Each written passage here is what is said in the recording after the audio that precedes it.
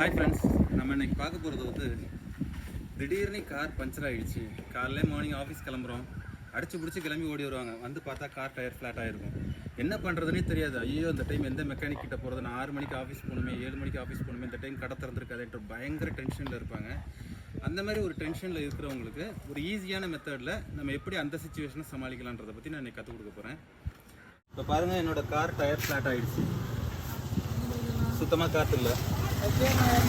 இது வந்து ஆக்சுவலாக டியூப்லெஸ் டயர்ன்றதுனால வந்து என்னென்னா, ஏதோ ஒரு ஆணியோ வேறு ஏதோ ஒரு ஸ்க்ரூவோ ஏதோ ஒன்று குத்தி இருந்ததுனாலும் அது உடனே வந்து காற்று இறங்காது.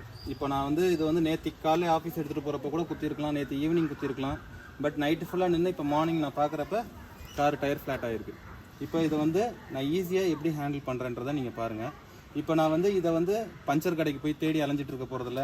ஸ்டெப்னியை மாற்றிட்டு இருக்கிறதுக்கு அதுக்கு எப்படியும் ஒரு 20 மினிட்ஸ் ஆகும். பட் ஆனால் நான் 20 மினிட்ஸில் நான் அவசர வேலையாக போக வேண்டியது இருக்குது, எமர்ஜென்சியாக நான் போக வேண்டியது இருக்குது. அப்படின்றப்ப இது ஒரு 5 மினிட்ஸில் எப்படி சிம்பிளாக சரி பண்ணுறன்றதை மட்டும் பாருங்கள். இது வந்து நார்மலாக நீங்கள் வந்து வீட்டில் சைக்கிளுக்கு காற்றடிக்கிற பம்பு தான் இது. சைக்கிளுக்கு இப்போ வந்து வர்ற எல்லா சைக்கிளுக்குமே இதேமாதிரி மவுத் தான் வரும். இது வந்து சைக்கிளுக்கு நீங்கள் காற்றடிக்கிறதுக்கு யூஸ் பண்ணுற பம்பு. இதை யூஸ் பண்ணியே நீங்கள் வந்து காரில் வந்து காற்றடிச்சு நீங்கள் இப்போதைக்கு யூஸ் பண்ணிக்கலாம், எந்த பிரச்சனையும் கிடையாது. இப்போ பாருங்கள், ரிமூவ் பண்ணிட்டேன், லாக் பண்ணிட்டேன்.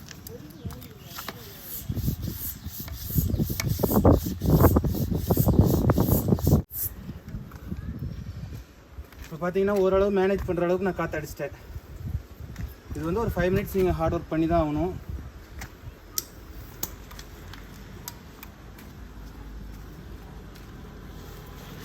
இப்போ வந்து நீங்கள் இதை ஓட்டிகிட்டு போகலாம்.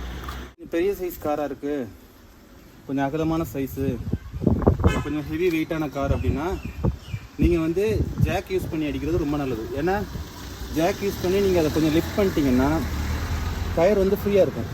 நீங்கள் கொடுக்குற சாதாரண பம்பில் கொடுக்குற ப்ரெஷரு அதில் காற்று சீக்கிரம் ஃபில் ஆகும்.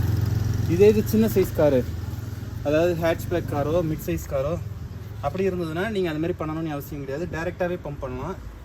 சப்போஸ் ஒரு மினி எஸ்யூவி இல்லை எஸ்யூவின்னு நீங்கள் போய் பெரிய வண்டி காற்றடிக்கிறப்ப லைட்டாக ஜாக் கொடுத்து தூக்கிட்டு அடிக்கிறது நல்லது. அது எந்த பொசிஷனில் வைக்கணுன்றதை இப்போ சொல்லித்தரேன் உங்களுக்கு. இப்போ ஜாக் வந்து நம்ம இந்த பொசிஷனில் வைக்கணும்னா நம்மளுக்கு கீழே வந்து அதுக்குன்னு சில பாயிண்ட் இருக்கும். இப்போ பார்த்தீங்கன்னா இதில் வந்து 2 கட்டு கொடுத்துருக்காங்க, இதுதான் இதோட அடையாளம். இப்போ ஜாக் வந்து எப்படி பொசிஷன் பண்ணுறதுன்றதை காமிக்கிறேன். இப்போது ஜாக் நீங்கள் வைக்கிறதுக்கு முன்னாலே இங்கே பார்த்தீங்கன்னா ஏதாவது ஒரு அடையாளம் கொடுத்துருப்பாங்க. இப்போ இதில் பார்த்தீங்கன்னா 2 புள்ளி இருக்குது. இந்த 2 குழியும் தான் நம்மளுக்கு அடையாளம். இந்த 2 குழிக்கு நடுவில் ஜாக்கை கரெக்டாக பொசிஷன் பண்ணணும்.